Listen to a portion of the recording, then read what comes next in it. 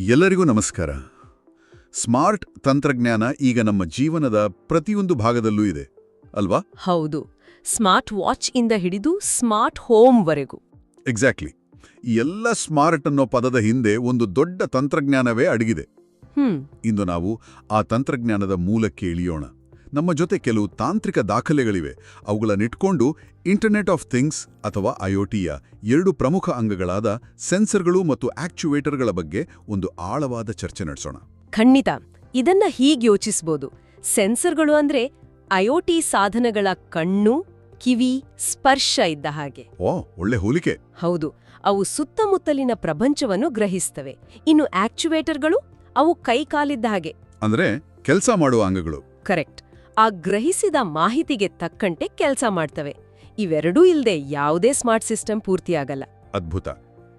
ಹಾಗಾದ್ರೆ ನಮ್ಮ ಮೊದಲ ಪ್ರಶ್ನೆಯಿಂದಲೇ ಶುರು ಮಾಡೋಣ. Let's start by explaining IoT sensors and their role in smart systems. ಸರಳವಾಗಿ ಹೇಳಿ, ಈ ಐಒಟಿ ಸೆನ್ಸರ್ಗಳು ಅಂದ್ರೆ ಏನು? ಅವುಗಳ ಪಾತ್ರವಾದ್ರೂ ಏನು? ಸರಿ. ಸೆನ್ಸರ್ಗಳು ಅಂದ್ರೆ ನಮ್ಮ ಸುತ್ತಮುತ್ತಲಿನ ಭೌತಿಕ ಜಗತ್ತಿನ ವಿದ್ಯಮಾನಗಳನ್ನ.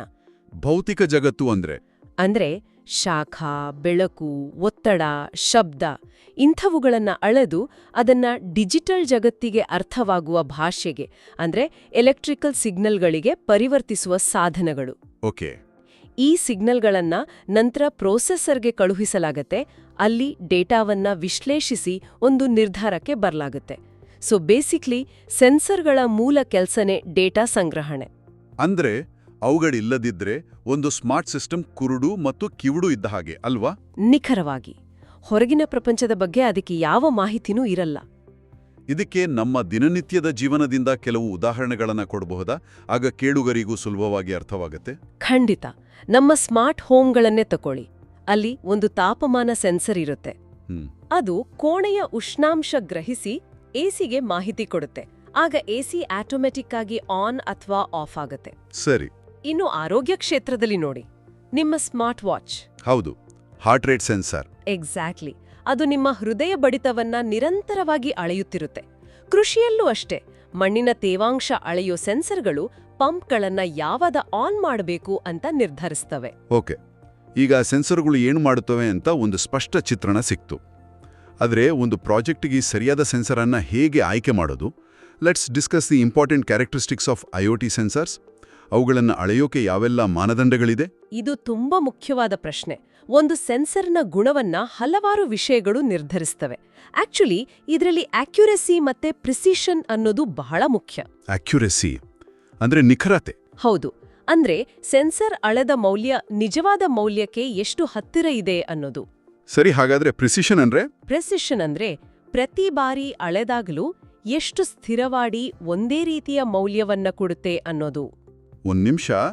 ಅಕ್ಯುರೆಸಿ, ಪ್ರಿಸಿಷನ್ ಇವೆರಡೂ ಒಂದೇ ತರಹ ಕೇಳಿಸುತ್ತೆ. ನಾನು ಕೂಡ ಕನ್ಫ್ಯೂಸ್ ಮಾಡ್ಕೋತಿದ್ದೆ. Can you explain sensor resolution, accuracy and precision in more detail? ಇದರಲ್ಲಿರೋ ಸೂಕ್ಷ್ಮ ವ್ಯತ್ಯಾಸವೇನು? ಇದು ತುಂಬಾ ಜನರಿಗಾಗೋ ಗೊಂದಲ. ಖಂಡಿತವಾಗಿಯೂ ಮುಖ್ಯ. ಒಂದು ಉದಾಹರಣೆ ಕೊಡ್ತೀನಿ, ಆಗ ಸುಲಭವಾಗಿ ಅರ್ಥವಾಗುತ್ತೆ. ಹೇಳಿ. ಒಬ್ಬ ಬಿಲ್ಲುಗಾರ ಒಂದು ಗುರಿಗೆ ಬಾಣ ಹೊಡಿತಿದ್ದಾನೆ ಅಂದ್ಕೊಳ್ಳಿ.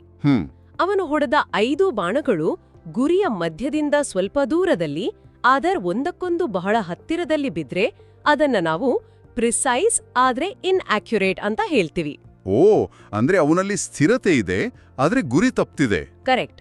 ಅವನಲ್ಲಿ ಸ್ಥಿರತೆ ಇದೆ, ನಿಖರತೆ ಇಲ್ಲ. ಇನ್ನೊಬ್ಬ ಬಿಲ್ಲುಗಾರನ ಬಾಣಗಳು ಗುರಿಯ ಮಧ್ಯದ ಸುತ್ತ ಹರಡಿಕೊಂಡಿದ್ರೆ ಅವನು ಆಕ್ಯುರೇಟ್ ಆದ್ರೆ ಲೆಸ್ ಪ್ರಿಸೈಸ್ ಅಂತನಾ? ಪರ್ಫೆಕ್ಟ್. ನಮಗೆ ಬೇಕಾಗಿರೋದೇನು? 5 ಬಾಣಗಳು ಗುರಿಯ ಮಧ್ಯದಲ್ಲೇ ಇರಬೇಕು. ಹೈ ಆಕ್ಯುರೆಸಿ ಮತ್ತು ಹೈ ಪ್ರೆಸಿಷನ್. ಎಕ್ಸಾಕ್ಟ್ಲಿ. ಈಗ ಅರ್ಥವಾಯ್ತಲ್ವಾ?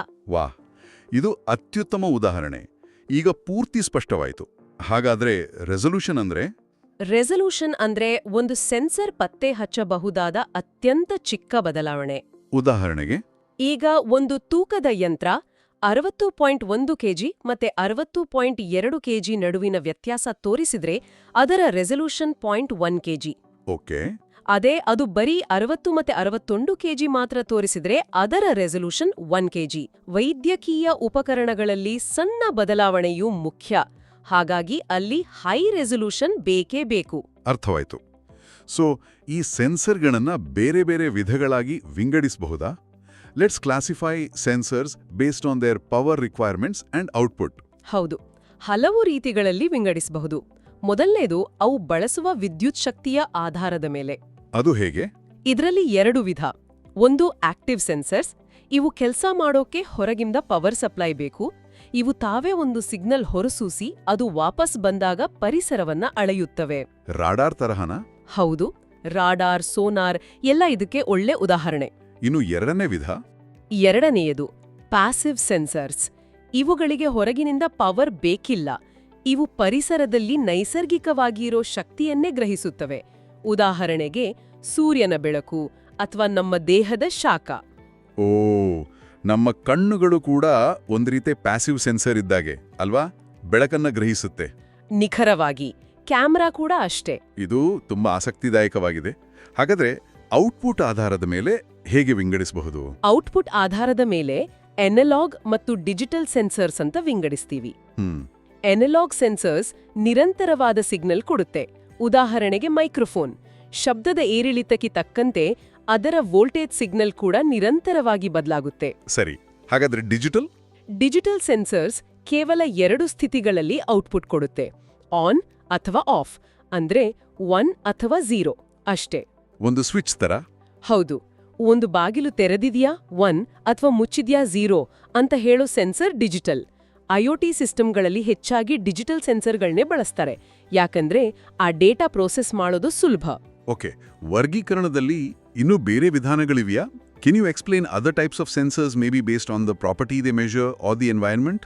If we connect this to the bigger picture, ಖಂಡಿತ ಅವು ಅಳೆಯುವ ಗುಣಲಕ್ಷಣದ ಆಧಾರದ ಮೇಲೆ ಕೂಡ ವಿಂಗಡಣಿಸಬಹುದು. ಅದೇಗೆ? ಸ್ಕೇಲರ್ ಸೆನ್ಸರ್ಸ್ ಕೇವಲ ಪ್ರಮಾಣ ಅಂದ್ರೆ ಮ್ಯಾಗ್ನಿಟ್ಯೂಡ್ ಅಷ್ಟೇ ಅಳೆಯುತ್ತೆ.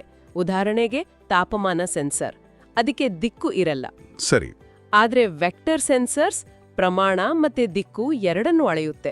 ಇದಕ್ಕೊಂದು ಉದಾಹರಣೆ? ನಿಮ್ಮ ಸ್ಮಾರ್ಟ್ಫೋನ್ ಅಲ್ಲಿರೋ ಆಕ್ಸಿಲರೋಮೀಟರ್. ನೀವು ಫೋನ್ ತಿರುಗಿಸಿದಾಗ ಸ್ಕ್ರೀನ್ ಕೂಡ ತಿರುಗುತ್ತಲ್ಲ? ಹೌದು ಹೌದು. ಅದು ಇದೇ ವೆಕ್ಟರ್ ಸೆನ್ಸರ್ನಿಂದ. ಅದು ಚಲನೆಯ ಪ್ರಮಾಣ ಮತ್ತೆ ದಿಕ್ಕು ಎರಡನ್ನೂ ಗ್ರಹಿಸುತ್ತೆ. ನೀವು ಸ್ಮಾರ್ಟ್ಫೋನ್ ಬಗ್ಗೆ ಹೇಳಿದಾಗ ನೆನಪಾಯ್ತು, ಒಂದೇ ಫೋನಲ್ಲಿ ಕ್ಯಾಮರಾ, ಮೈಕ್, GPS ಎಷ್ಟೊಂದು ಸೆನ್ಸರ್ಗಳು ಒಟ್ಟಿಗೆ ಕೆಲಸ ಮಾಡ್ತವೆ. ಹೌದು, ಅದನ್ನೇ ಹೈಬ್ರಿಡ್ ಸೆನ್ಸಿಂಗ್ ಅಂತ ಕರೆಯೋದು. ಆದ್ರೆ ಇದಕ್ಕಿಂತ ಒಂದು ಹೆಜ್ಜೆ ಮುಂದೆ ಹೋಗಿ ವರ್ಚುವಲ್ ಸೆನ್ಸಿಂಗ್ ಅನ್ನೋ ಒಂದು ಕಾನ್ಸೆಪ್ಟ್ ಇದೆ. ಇದು ತುಂಬಾ ಕುತೂಹಲಕಾರಿ. ವರ್ಚುವಲ್ ಸೆನ್ಸಿಂಗ್ ಅಂದ್ರೆ ಭೌತಿಕವಾಗಿ ಸೆನ್ಸರ್ ಇಲ್ಲದೇನೆ ಸೆನ್ಸಿಂಗ್ ಮಾಡೋದಾ? ಅದು ಹೇಗೆ ಸಾಧ್ಯ? ಎಕ್ಸಾಕ್ಟ್ಲಿ. ಒಂದು ದೊಡ್ಡ ಫ್ಯಾಕ್ಟರಿ ಕಲ್ಪಿಸ್ಕೊಳ್ಳಿ. ಅಲ್ಲಿ 100 ಮೋಟಾರ್ಗಳಿವೆ. ಯಾವ ಮೋಟಾರ್ ಕೆಟ್ಟು ಹೋಗಬಹುದು ಅಂತ ತಿಳಿಯೋಕೆ ಪ್ರತಿಯೊಂದಕ್ಕೂ ಒಂದು ಫೇಲ್ಯೂರ್ ಸೆನ್ಸರ್ ಹಾಕೋದು ಕಷ್ಟ. ಹೌದು, ತುಂಬಾ ಖರ್ಚಾಗತ್ತೆ. ಅದರ ಬದಲು ಆ ಮೋಟಾರ್ನ ತಾಪಮಾನ, ಕಂಪನ, ಅದು ಎಷ್ಟು ಗಂಟೆ ಓಡಿದೆ, ಈ ಬೇರೆ ಬೇರೆ ಸೆನ್ಸರ್ಗಳ ಡೇಟಾವನ್ನ ವಿಶ್ಲೇಷಿಸಿ ಸಾಫ್ಟ್ವೇರ್ ಮೂಲಕ ಆ ಮೋಟಾರ್ನ ಆರೋಗ್ಯವನ್ನ ವರ್ಚುವಲ್ ಆಗಿ ಊಹಿಸಬಹುದು. ವಾವ್! ಅಂದ್ರೆ ಇಲ್ಲಿ ಇಲ್ಲದಿರೋ ಸೆನ್ಸರ್ನ ಕೆಲಸವನ್ನ ಡೇಟಾ ಮತ್ತು ಅಲ್ಗಾರಿದಮ್ಗಳು ಮಾಡ್ತಿವೆ. ಕರೆಕ್ಟ್. ಎದೆ ಹೋಲೋ ವರ್ಚುವಲ್ ಸೆನ್ಸಿಂಗ್. ಇದು ಅದ್ಭುತ. ನಾವು ಕೇವಲ ಏನಾಗುತ್ತಿದೆ ಅಂತ ಅಳಿಯೋದ್ರಿಂದ ಏನಾಗಬಹುದು ಅಂತ ಊಹಿಸೋ ಕಡೆಗೆ ಸಾಗ್ತಿದ್ದೇವೆ. ಸರಿ, ಇಲ್ಲಿವರೆಗೂ ನಾವು ಡೇಟಾ ಸಂಗ್ರಹಿಸೋ ಇಂದ್ರಿಯಗಳ ಬಗ್ಗೆ ಮಾತಾಡಿದ್ವಿ. ಈಗ ಆ ಡೇಟಾಕ್ಕೆ ಪ್ರತಿಕ್ರಿಯಿಸೋ ಸ್ನಾಯುಗಳ ಬಗ್ಗೆ ತಿಳಿಯೋಣ. So let's move on to actuators. Explain actuators and their role in IoT systems. ಆಕ್ಚುವೇಟರ್ಗಳು ಸೆನ್ಸರ್ಗಳ ಕೆಲಸಕ್ಕೆ ಪೂರಕ. ಸೆನ್ಸರ್ಗಳು ಮಾಹಿತಿಯನ್ನ ಒಳಗೆ ತಗೊಂಡ್ರೆ ಆಕ್ಚುವೇಟರ್ಗಳು ಆ ಮಾಹಿತಿಯ ಆಧಾರದ ಮೇಲೆ ಹೊರಗಿನ ಪ್ರಪಂಚದಲ್ಲಿ ಒಂದು ಕ್ರಿಯೆಯನ್ನ ನಡೆಸ್ತವೆ. ಅಂದ್ರೆ ಆಕ್ಷನ್ ತಗೊಳ್ಳೋದು. ಹೌದು. ಕಂಟ್ರೋಲರ್ನಿಂದ ಬರೋ ಇಲೆಕ್ಟ್ರಿಕಲ್ ಸಿಗ್ನಲ್ನ ಇವು ಒಂದು ಭೌತಿಕ ಕ್ರಿಯೆಯಾಗಿ ಪರಿವರ್ತಿಸ್ತವೆ. ಉದಾಹರಣೆಗೆ ಒಂದು ಮೋಟಾರ್ ತಿರುಗಿಸೋದು. ಹೌದು, ಮೋಟಾರ್ ತಿರುಗಿಸೋದು, ಒಂದು ವಾಲ್ವ್ ಓಪನ್ ಮಾಡೋದು, ಸ್ವಿಚ್ ಆನ್ ಮಾಡೋದು, ಇವೆಲ್ಲವೂ ಆಕ್ಚುವೇಟರ್ಗಳ ಕೆಲಸ. ಸ್ಮಾರ್ಟ್ ಡೋರ್ ಲಾಕ್, ರೋಬೋಟ್ನ ಕೈಗಳು, ಎಲ್ಲದರಲ್ಲೂ ಆಕ್ಚುವೇಟರ್ಗಳು ಇವೆ. ಹಾಗಾದ್ರೆ ಈ ಇಂದ್ರಿಯಗಳು ಅಂದ್ರೆ ಸೆನ್ಸರ್ಗಳು ಮತ್ತು ಸ್ನಾಯುಗಳು ಅಂದ್ರೆ ಆಕ್ಚುವೇಟರ್ಗಳು ಇವೆರಡೂ ಒಟ್ಟಿಗೆ ಹೇಗೆ ಕೆಲಸ ಮಾಡ್ತವೆ? Can you explain the sensor-actuator interaction in IoT? This raises an important question. ಇವುಗಳ ನಡುವಿನ ಸಂವಹನ ಒಂದು ಕ್ಲೋಸ್ಡ್ ಲೂಪ್ ಕಂಟ್ರೋಲ್ ಸಿಸ್ಟಮ್ ಅನ್ನ ರೂಪಿಸುತ್ತೆ. ಕ್ಲೋಸ್ಡ್ ಲೂಪ್ ಸ್ವಲ್ಪ ವಿವರಿಸಿ. ಇದನ್ನ ನಮ್ಮ ದೇಹದ ಉದಾಹರಣೆ ಜೊತೆ ಅರ್ಥ ಮಾಡ್ಕೊಳ್ಳೋದು ಸುಲಭ. ನಿಮ್ಮ ಕೈ ಆಕಸ್ಮಿಕವಾಗಿ ಒಂದು ಬಿಸಿ ವಸ್ತುವಿಗೆ ತಾಗಿದ್ರೆ ಏನಾಗತ್ತೆ? ತಕ್ಷಣ ಕೈ ಹಿಂದಕ್ಕೆ ತಗೊಳ್ತೀನಿ. ಯಾಕೆ? ಅಲ್ಲಿ 3 ಹಂತಗಳಿವೆ. ಮೊದಲನೆಯದು ಸೆನ್ಸಿಂಗ್. ನಿಮ್ಮ ಚರ್ಮದಲ್ಲಿರೋ ನರಗಳು ಅಂದ್ರೆ ಸೆನ್ಸರ್ಗಳು ಬಿಸಿಯನ್ನ ಗ್ರಹಿಸಿ ಮೆದುಳಿಗೆ ಸಿಗ್ನಲ್ ಕಳಿಸುತ್ತವೆ. ಎರಡನೆಯದು ಪ್ರಾಸೆಸಿಂಗ್. ನಿಮ್ಮ ಮೆದುಳು ಅಂದ್ರೆ ಕಂಟ್ರೋಲರ್ ಅಪಾಯ, ಕೈ ಹಿಂದಕ್ಕೆ ಎಳೆ ಅಂತ ನಿರ್ಧರಿಸುತ್ತೆ. ಸರಿ. ಕೊನೆಯದು ಆಕ್ಟಿಂಗ್. ಮೆದುಳು ನಿಮ್ಮ ಕೈಯ ಸ್ನಾಯುಗಳಿಗೆ ಅಂದ್ರೆ ಆಕ್ಚುವೇಟರ್ಗಳಿಗೆ ಆದೇಶ ಕಳಿಸುತ್ತೆ. ನೀವು ತಕ್ಷಣ ಕೈ ಹಿಂದಕ್ಕೆ ಎಳೆಯುತ್ತೀರಿ. ವಾವ್. ಐಒಟಿಯಲ್ಲಿ ನಡೆಯೋದು ಕೂಡ ಇದೇ ಮ್ಯಾಜಿಕ್. ತಾಪಮಾನ ಸೆನ್ಸರ್, ಕಂಟ್ರೋಲರ್, ಫ್ಯಾನ್ ಮೋಟಾರ್, ಇದು ಒಂದು ನಿರಂತರವಾದ ಚಕ್ರ. ಹಾ, ಮಾನವ ದೇಹದ ಹೋಲಿಕೆ ವಿಷಯವನ್ನ ಬಹಳ ಸರಳಗೊಳಿಸಿತು. ಈಗ ಎಲ್ಲವೂ ಸ್ಪಷ್ಟವಾಗಿ ಕಾಣಿಸ್ತಿದೆ.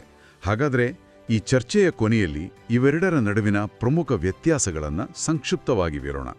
So to summarise, let's compare sensors and actuators. ಖಂಡಿತ. ಸಂಕ್ಷಿಪ್ತವಾಗಿ ಹೇಳೋದಾದ್ರೆ, ಪಾತ್ರ. ಸೆನ್ಸರ್ಗಳು ಪರಿಸರವನ್ನ ಗ್ರಹಿಸುತ್ತವೆ. ಸೆನ್ಸ್.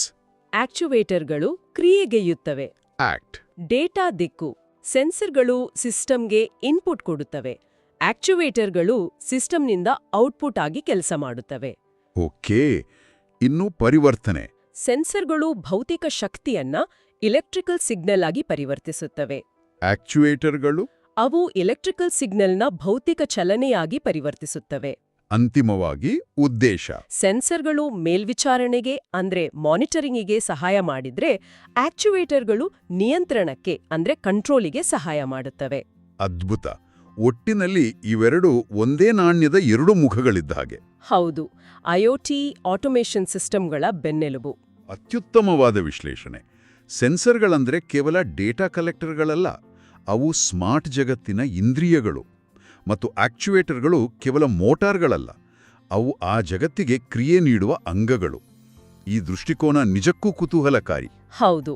ಈ ಮೂಲಭೂತ ಅಂಶಗಳನ್ನು ಅರ್ಥ ಮಾಡಿಕೊಂಡಾಗ ನಮ್ಮ ಸುತ್ತಲಿನ ತಂತ್ರಜ್ಞಾನ ಕೇವಲ ಮ್ಯಾಜಿಕ್ ಆಗಿ ಉಳಿಯಲ್ಲ, ಅದರ ಹಿಂದಿನ ತರ್ಕ ಮತ್ತು ಸೌಂದರ್ಯ ನಮಗೆ ಕಾಣಿಸಲು ಶುರುವಾಗುತ್ತೆ. ಖಂಡಿತ. ಇಂತಹ ಇನ್ನಷ್ಟು ಆಳವಾದ ತಾಂತ್ರಿಕ ವಿಶ್ಲೇಷಣೆಗಾಗಿ ನಮ್ಮ ಯೂಟ್ಯೂಬ್ ಚಾನಲ್ಗೆ ಸಬ್ಸ್ಕ್ರೈಬ್ ಮಾಡಲು ಮರೆಯಬೇಡಿ.